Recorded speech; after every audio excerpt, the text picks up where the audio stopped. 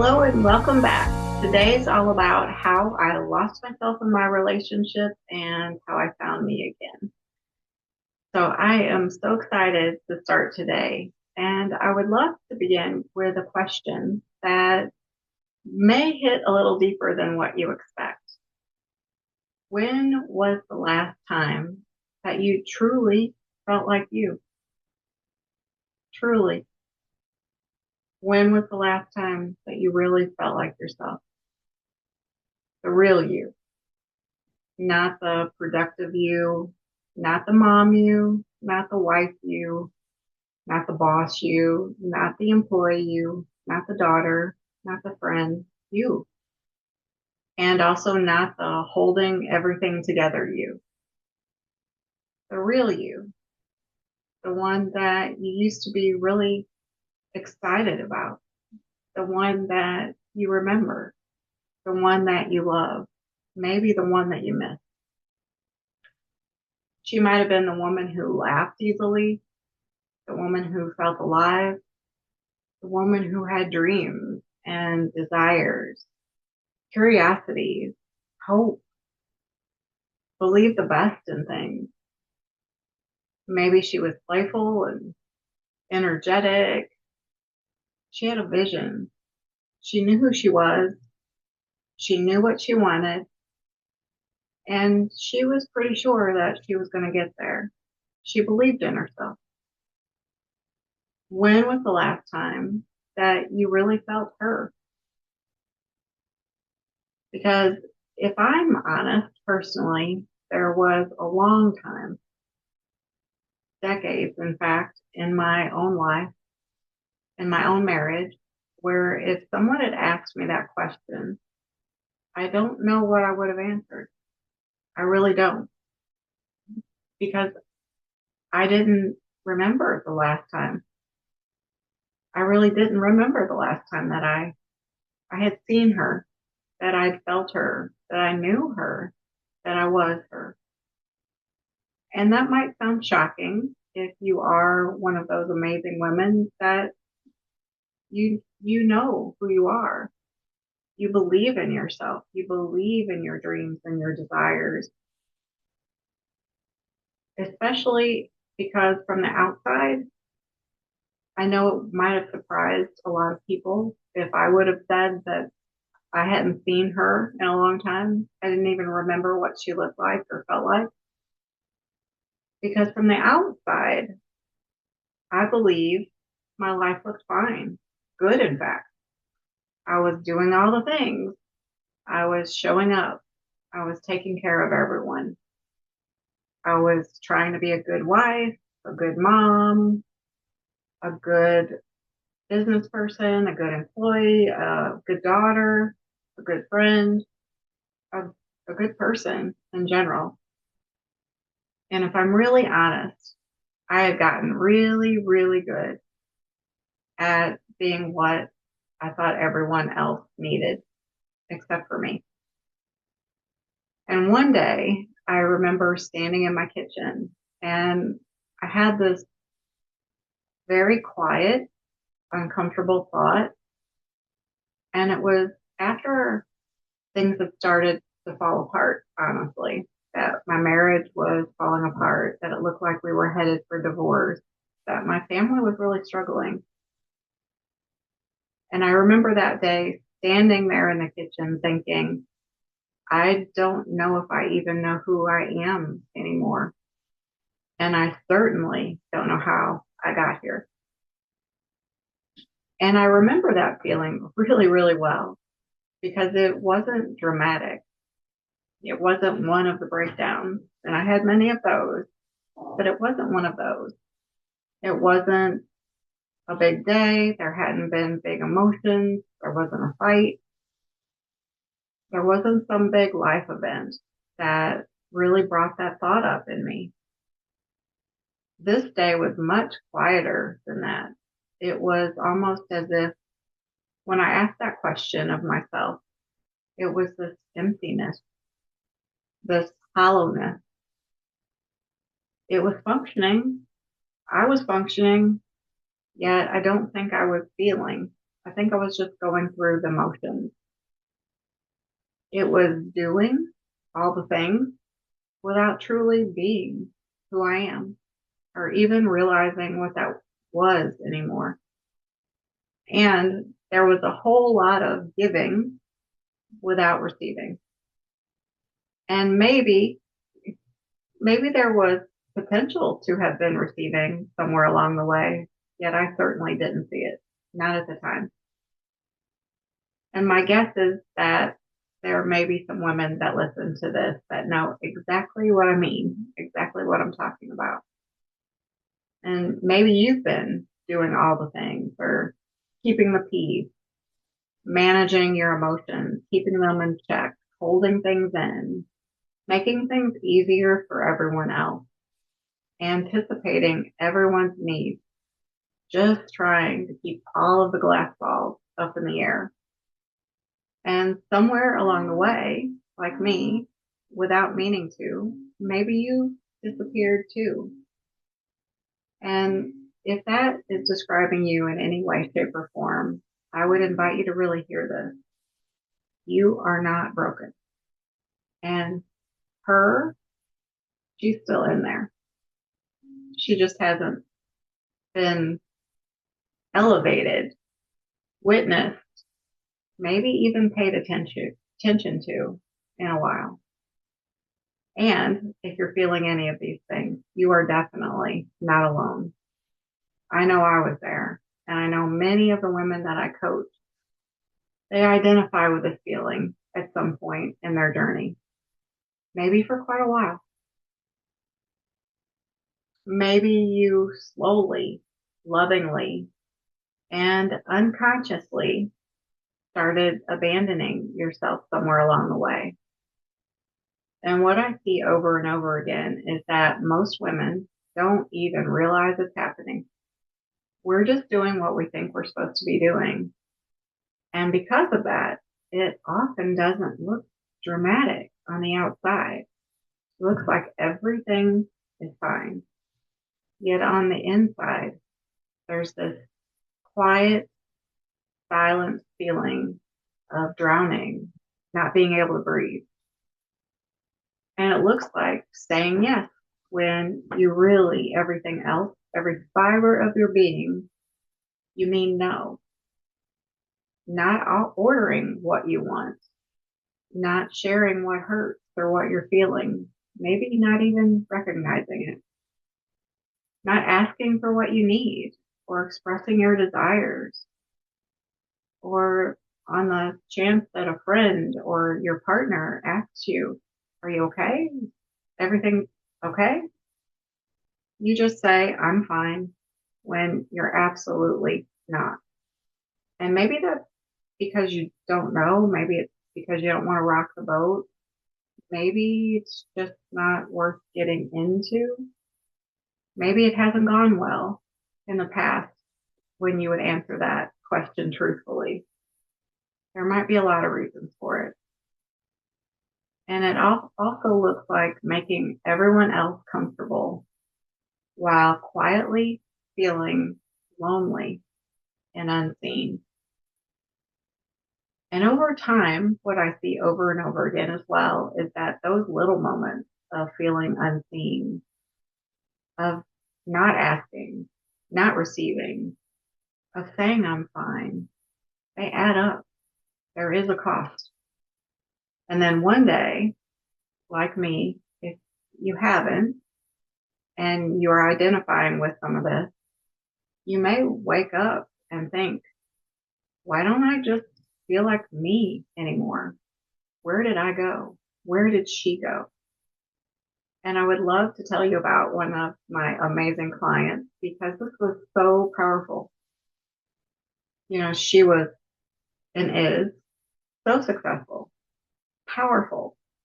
The very definition on the outside of empowered has it all together. Beautiful family, amazing house, great career. She's beautiful herself, so intelligent, so strong, so capable. And one of those women that from the outside you might see at a glance think that She had it all together. She somehow won the lottery. She'd figured this thing out. And she would come to me during coaching and she would often say, Coach Michelle, I don't even know what I like anymore. And we dig in and we try to look for what self-care, what desire, what was at the core of some of this emptiness. And I remember so many times on the call as we worked together to uncover what that was, just sitting with her. Because I really knew from experience myself and also supporting so many other women that have gone through this, that this feeling, it wasn't about finding the right hobby or taking a bubble bath or booking a massage. It also, interestingly, usually isn't about the date nights that aren't missing. While those are amazing when they happen, that's not usually that's a very, very root of it. It also isn't about communicating. It's more about identity. It's about finding her again. And as we went deeper with this client, she started realizing some of her own patterns that for years she'd been choosing what worked for everyone else instead of herself, eating what everyone else wanted, cooking, going to the restaurant, saying the right things, showing up to get the gold star, whether it was in her marriage or as a parent or in her career. Desires weren't necessarily something that were spoken out loud. She even vacationed where everyone else wanted, even if she was asked where she wanted to go. And over again, she saw a pattern where she had adjusted just to keep the peace for so many years, swallowing hurt, minimizing her own needs, and then feeling like she was unimportant and forgotten, and not sharing what was on her heart to the point where her husband had started to pull away and said he didn't really feel close to her anymore. And she started really inquiring about what is this emptiness? What is it? And one day in one of our sessions together, one on one, I just asked her that simple question after she'd sat quietly for just a little while. What do you really want? And she just looked at me.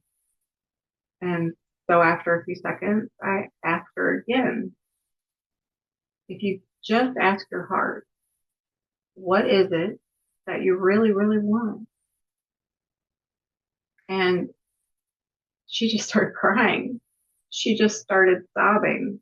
This empowered, gorgeous, intelligent, successful woman that on the outside looked like she had everything together. And when I asked her what was coming up for her, she said, I don't know what I want. And if that is something that maybe you've experienced, if it hits you in the heart or in the stomach, I would invite you to stay with me for the next few minutes. Because those tears, that admission of not knowing what she wanted, that's not weakness. That's what happens, in my experience, when a woman has been surviving instead of living, thriving, feeling alive. And this is where everything started to change for her too, as she began to access that. And at first, not because her husband did anything any differently. And also not because she used the magic perfect feminine communication. Yet instead it started at its very core with coming back to herself, figuring out what she was feeling, what she was wanting, one tiny little choice at a time. And when she wasn't sure, she would just go with what felt like it might be the best answer in the moment, like the closest thing she could access. So she started taking walks alone in the woods, listening to music that she loved instead of playing her kids' favorite tunes while she would cook dinner or they would do the homework. And if she was asked a question that she wasn't sure about, she couldn't quite access the answer to, instead of making up what she thought the right answer was, she started saying, let me think about it, and really doing that. She started pausing before just giving that automatic yes to anything that was asked of her. And she was asking herself that those really important questions of how do I feel and what do I really, really want? And something started to happen over the course of a couple of months, a little at a time. Her very energy changed. She became calmer, softer, more grounded, more magnetic, more alive. And you know what else happened? Her husband, he started to notice. He literally said one day in the kitchen when they were cleaning up after dinner, you feel different to me. What's changed? And that is feminine leadership. It wasn't about getting the skills perfect. It wasn't about reaching for the right thing in the moment that had anything at all to do with him. And while those things were powerful and often called for, in my experience, this had to come first. She had to remember who she was. It wasn't about fixing him or the marriage. Not at first. It wasn't about chasing. It wasn't about controlling. It was about coming home to herself, to remember who she was, to find her again. And I would love to also share something that changed my own marriage forever. When I stopped trying to be everything I thought everyone else wanted and needed me to be, and I just started letting myself slowly figure out who I really was and becoming that person, letting that authentically come through, everything in my life started to shift. Where I thought if I really saw and showed the real me to people, they would absolutely reject me. It wasn't the case. And this didn't happen overnight. My husband didn't just respond to my words or the gratitude that I carefully worded with feeling or my feminine communication, because I'd been trying to do that for a while and it wasn't landing. Yet once I started doing this, he responded to my energy, to me finding me, to me finding my own peace, to me finding my own joy, my own aliveness, to me finding my own self-respect.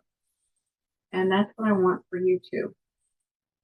Not perfection, not a performance, not becoming better or fixing yourself, because you're not broken. Yet to start remembering who you were, who you are still, underneath anything that's covering it up, who you were before fear showed itself, before overgiving and everyone else's needs started taking priority, before maybe resentment started building, before you believed that you needed to earn love or prove your own value, before maybe you even went into survival mode. So this week, I would love to invite you into something really simple, yet so powerful. It's not big. It's not dramatic. It's simply this. Pause every day this week. 3 times if it fits for you. And ask yourself, how do I feel right now? And then ask yourself again, another question. What do I want? How do I feel? And what do I want? And answer it truthfully, authentically. And the answer doesn't need to make sense. And the answer is definitely not about what keeps everyone else happy. And then once you have those answers, ask what you can do for you to honor it, even in a tiny way. And that is exactly how it starts. It sounds so simple, yet over and over again, I see that as a key to how women we find ourselves again. And that key is absolutely imperative for a relationship to fully transform. And that, beautiful, is truly where your feminine brilliance, it really lives. And if this resonated with you, I would love to hear. Even just, I'm coming back. I'm finding her. I'm determined. Because awareness, that's where everything starts to begin fresh and new and transform.